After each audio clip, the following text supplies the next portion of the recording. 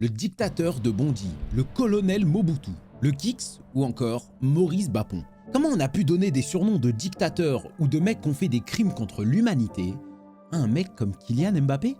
Le petit Bondy, on le connaît tous. C'est un joueur de fou qui fait trembler les filets comme personne et qui est sûrement un des footballeurs références sur encore au moins les 10 prochaines années. Mais, et c'est un gros mais, genre un mais de la taille de Depardieu, il y a un truc qui cloche. Ce mec, peu importe les buts qu'il marque, le talent qu'il a, il est souvent au centre de polémiques. Et ça, c'est peut-être la rançon du succès, mais dans son cas, on dirait que parfois il le cherche un peu. Et ça, ça divise. Pour certains, c'est le héros, le gamin de Bondy qui a fumé tous les records, le petit qui a le foot dans le sang. Pour d'autres, c'est un dictateur, un mec qui se fout de la gueule de tout le monde et qui a l'ego surdimensionné. Contrôle de son image à l'extrême, sa mère qui devient son agent mais c'est un peu illégal, se mettre ses coéquipiers à dos, parfois son niveau de jeu catastrophique, et aussi l'histoire de son transfert, ou plutôt de son non-transfert au Real de Madrid. Va comprendre, mais cette histoire a retourné les supporters du PSG contre lui. En gros, tout le monde l'insulte parce qu'il est resté fidèle à son club. Ça colle pas trop.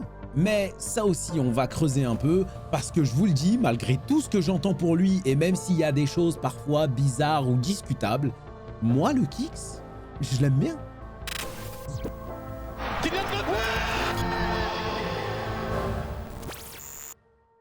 Si on imagine que pour faire parler de soi, faut d'abord être quelqu'un, faut que tout le monde comprenne à quel point Mbappé est un monument du foot actuel.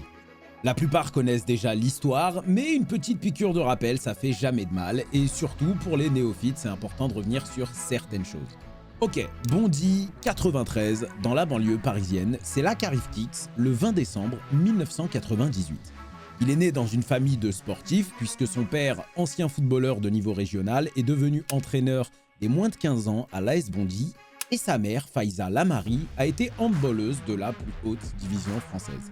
Je vous passe le chapitre où on disait que c'était un enfant surdoué à l'école mais turbulent, c'est souvent le cas pour les petits qui s'ennuient. Là, on va parler foot. À 6 ans, il intègre l'AS Bondy, bref, là-bas, il est bon, et plus le temps passe, plus il brille. Il commence à faire parler de lui, du coup il est appelé à l'INF Clairefontaine. L'INF, en gros, c'est une structure dans laquelle on va prendre des petits talentueux et on va continuer à les former, mais sous l'égide de la Fédération française de football. Et je sais que c'est difficile à croire quand vous voyez ça. Mais je vous assure qu'il avait le niveau, bref.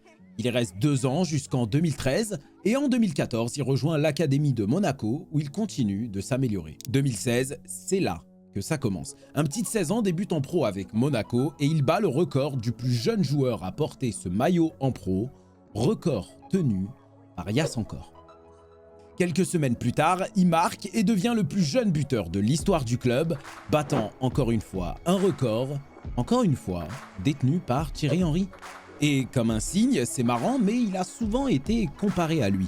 Pour les bonnes, mais aussi parfois pour les mauvaises raisons. Ok, le petit est bon, mais dès comme ça, on en a connu, pas besoin de mettre son nom sur la carte de la France. Et il y a un club qui sent le coup, Manchester City, qui offre à Monaco 40 millions d'euros, mais Monaco refuse et Mbappé est sous contrat jusqu'en 2019 avec eux, donc il compte bien en profiter. Et spoiler alerte, ils ont eu raison. La saison d'après, il continue les records bizarres, et pas qu'en France, non, en Europe, dans la plus grande compétition du monde, la Ligue des Champions. 12 avril 2017, il met un doublé en quart de finale contre Dortmund. Lors du match retour, il marque son 5e but dans la compétition et devient le plus jeune joueur de l'histoire à atteindre ce chiffre. Il devient aussi le plus jeune joueur à marquer en demi-finale parce qu'il marque contre la Juventus, qui a malheureusement éliminé Monaco aux portes de la finale. Maintenant, il faut se rendre compte d'un truc. Monaco en demi-finale de Ligue des Champions, c'est une dinguerie.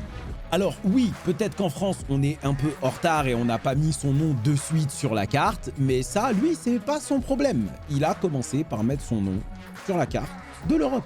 Je vous passe le fait que la saison d'après, il remporte le titre de Ligue 1. Il reste encore un truc à faire. Avant tous les dramas et faire parler beaucoup plus de soi, maintenant que la France est au courant, que l'Europe est au courant, faut mettre son nom sur le toit du monde.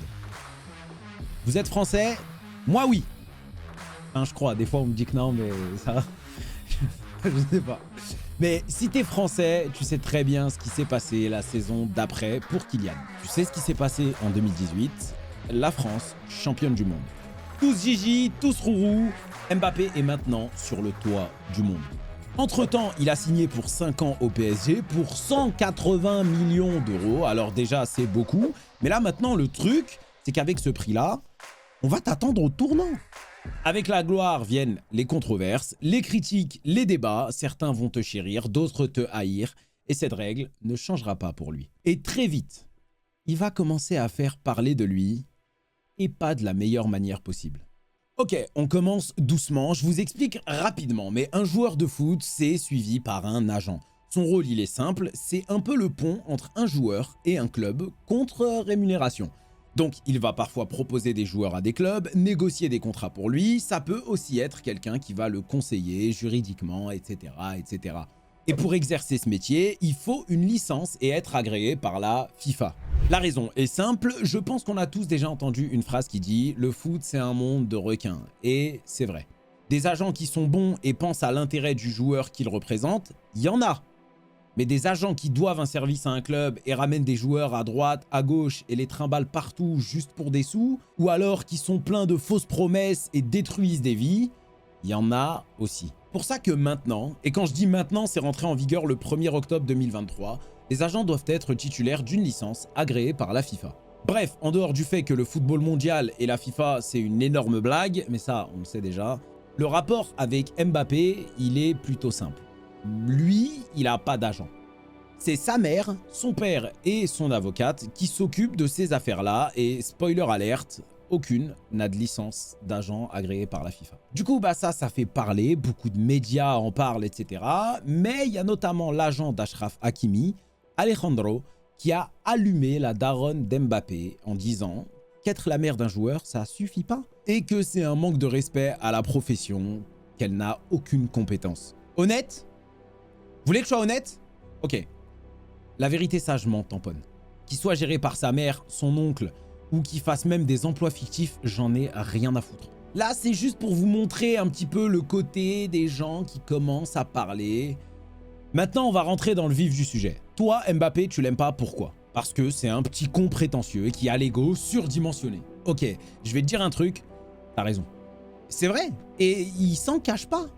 Et quand on lui pose la question sur son ego, qu'on lui demande si c'est important d'en avoir, voilà ce qu'il dit. Bien sûr qu'il est important parce que quand vous êtes dans le dur, personne d'autre que vous-même va vous pousser.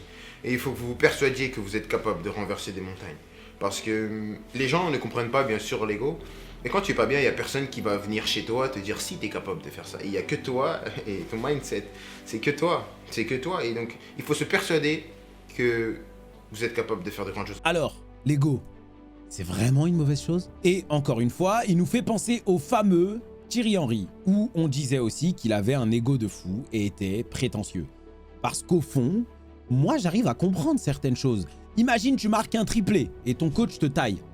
Bah ouais, ça doit casser les couilles et c'est ce qui lui est déjà arrivé. Après un triplé contre Reims, Luis Enrique, le coach de Paris, ses premiers mots c'est « Je ne suis pas vraiment content de lui aujourd'hui ».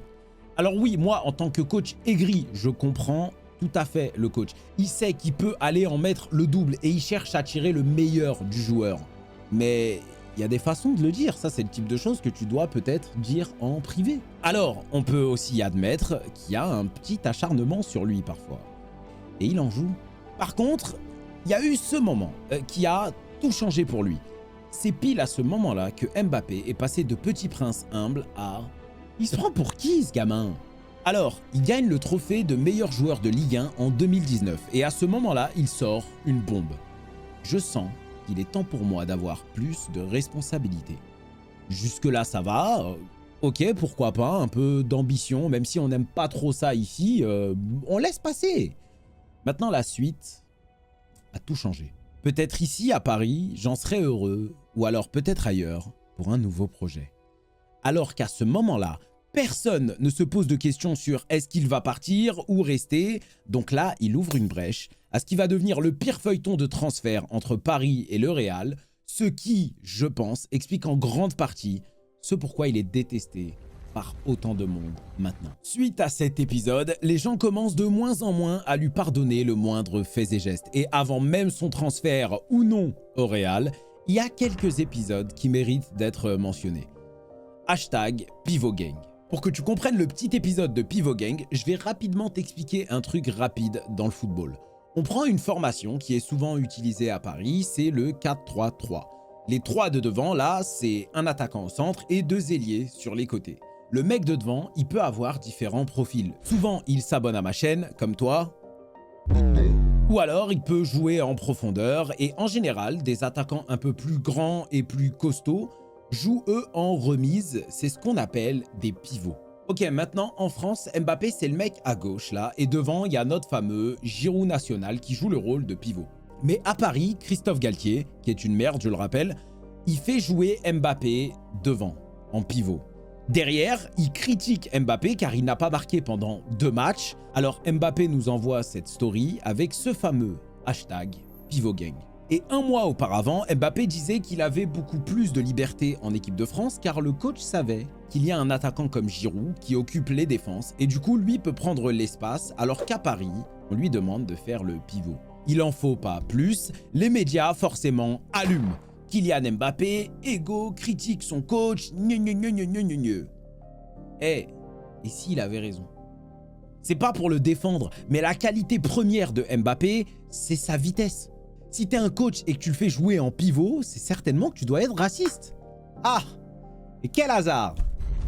Bref, vous avez compris, on lui tape beaucoup sur les doigts pour pas grand chose des fois, juste parce qu'il se défend. Et moi, je vous le dis, ça fait du bien d'entendre des gens ouvrir leur gueule en France. Vraiment, on a trop l'habitude des gens tout formatés, qui ont aucune personnalité. Bah en vrai, ça me fait du bien de voir quelqu'un qui ouvre un peu sa gueule. Exemple parfait d'Mbappé qui ouvre sa gueule. C'est l'affaire qu'il a eue en refusant de participer à une campagne publicitaire avec l'équipe de France. Contexte, chaque joueur qui arrive en équipe de France signe une convention de droit à l'image collectif. Et à l'intérieur, il y a notamment des obligations vis-à-vis des partenaires de la FFF. En gros, si la FFF est en partenariat avec Coca, qu'on boycotte je le rappelle, bah tu vas devoir faire de la pub pour eux. En échange de cet engagement, les joueurs reçoivent environ 25 000 € par match disputé. Maintenant, ça peut aller un peu plus loin. Par exemple, pour que le droit à l'image collectif s'active, certaines marques sélectionnent 5 joueurs, par exemple, et si les 5 apparaissent, bah c'est activé, tout le monde aura le droit à ses sous. Et Mbappé, en 2022, il refuse de participer à cette campagne.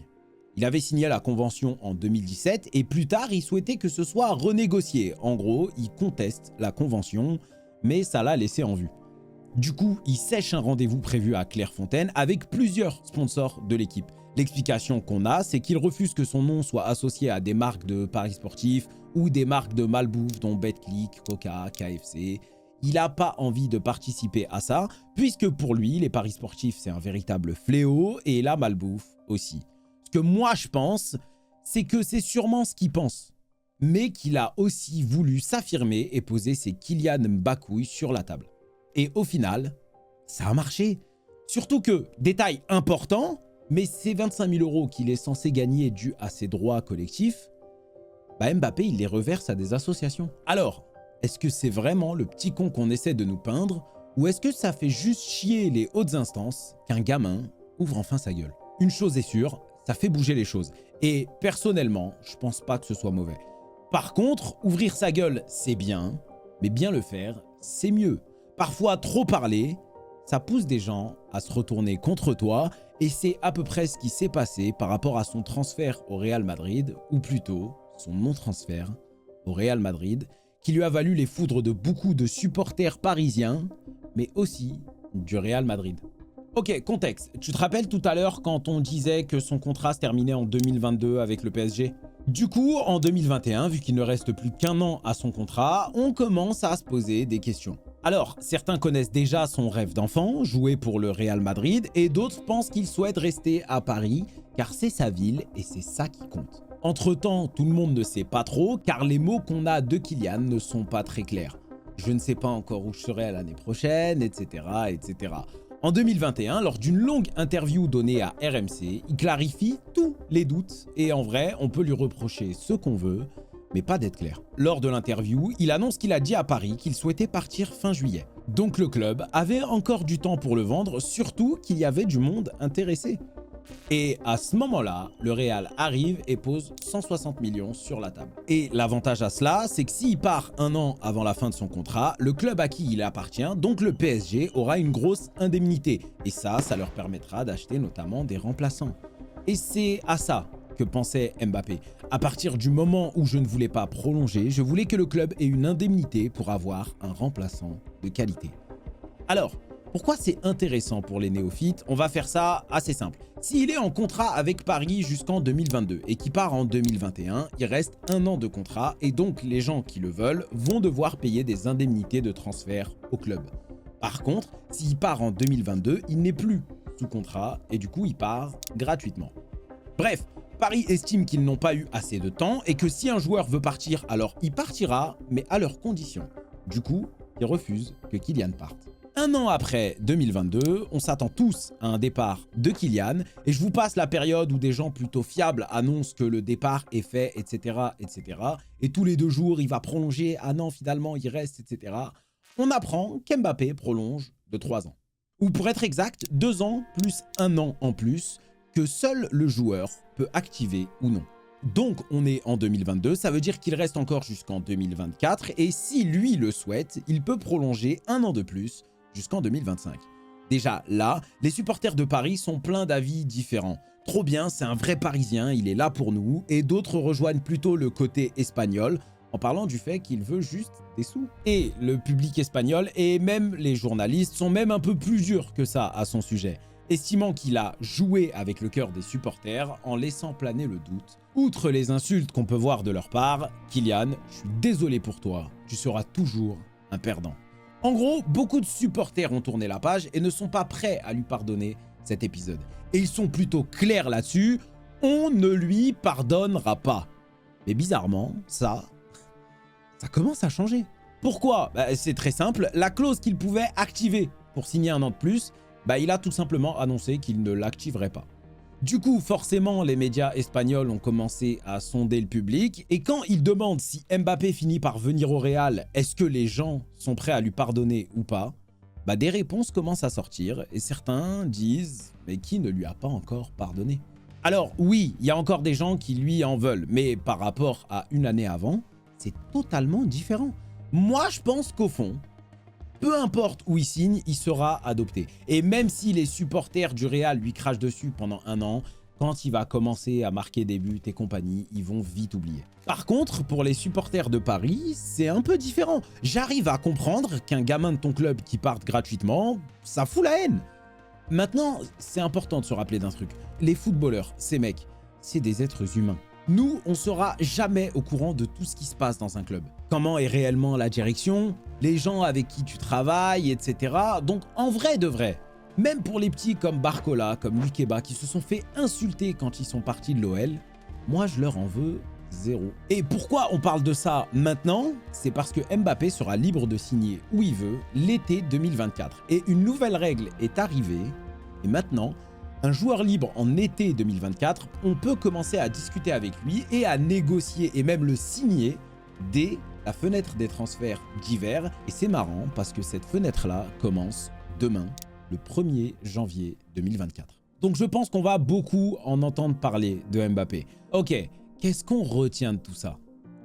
Le jeune dictateur de Bondy, comme on l'appelle, ce qui est indéniable, c'est qu'il est bon. Quand il se prend pas pour Neymar, il n'y a rien à dire. Il arrache des records, il marque, bref, rien à dire. Avec ça, il y a toutes les controverses. Au final, ça restera une énigme. La simple et bonne raison, c'est qu'on n'aura jamais tous les éléments d'une décision. Et ça, c'est un truc qu'il faut qu'on accepte. Moi, avec le plus de sincérité au monde, je vous pose une question. Toutes ces histoires-là, est-ce qu'on s'en battrait pas un peu les couilles?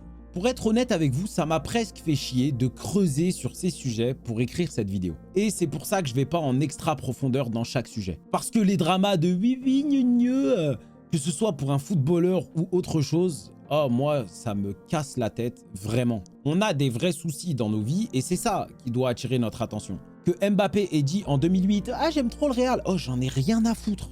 En tout cas, une chose est sûre, c'est que peu importe ce que t'es, La gloire entraîne des choix, des conséquences et par conséquent, des incompréhensions. De gens qui ne sont ni à ta place, ni en capacité de te comprendre.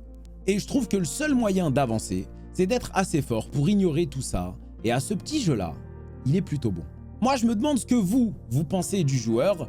Personnellement, je l'aime bien. Dans le sens où ça me fait du bien quelqu'un qui ouvre un peu sa gueule de temps en temps. Après, son niveau footballistique, ça, parfois, on peut critiquer. Et pour le reste, c'est pas mon rôle. Et en vrai, c'est pas le vôtre non plus. Alors, encore une fois, donner des surnoms de dictateurs ou de gens qui ont commis des crimes contre l'humanité, c'est peut-être un peu fort. Mais ok, pour une fois, je vais être de votre côté, parce que c'est extrêmement drôle. En tout cas, mieux vaut s'y habituer, parce que, qu'on le veuille ou non, Mbappé, on va continuer à en entendre parler pendant des années et des années et des années. Et ma chaîne Twitch aussi, je suis en live tous les jours à 17 h, venez. Je t'ai niqué. Bon, j'espère que vous avez kiffé la vidéo. Envoyez un max de force comme d'habitude, partagez, commentez, tout ça, tout ça. Surtout, regardez la vidéo du début à la fin, ça pète le watch time et tout. Moi, je vous fais des bisous. Moi, je vous dis peace. À la prochaine, Inch'Allah. D'ici la prochaine, comme d'habitude, faites ce que vous voulez, mais faites-le bien. Bisous l'équipe, salam alaikum et à bientôt.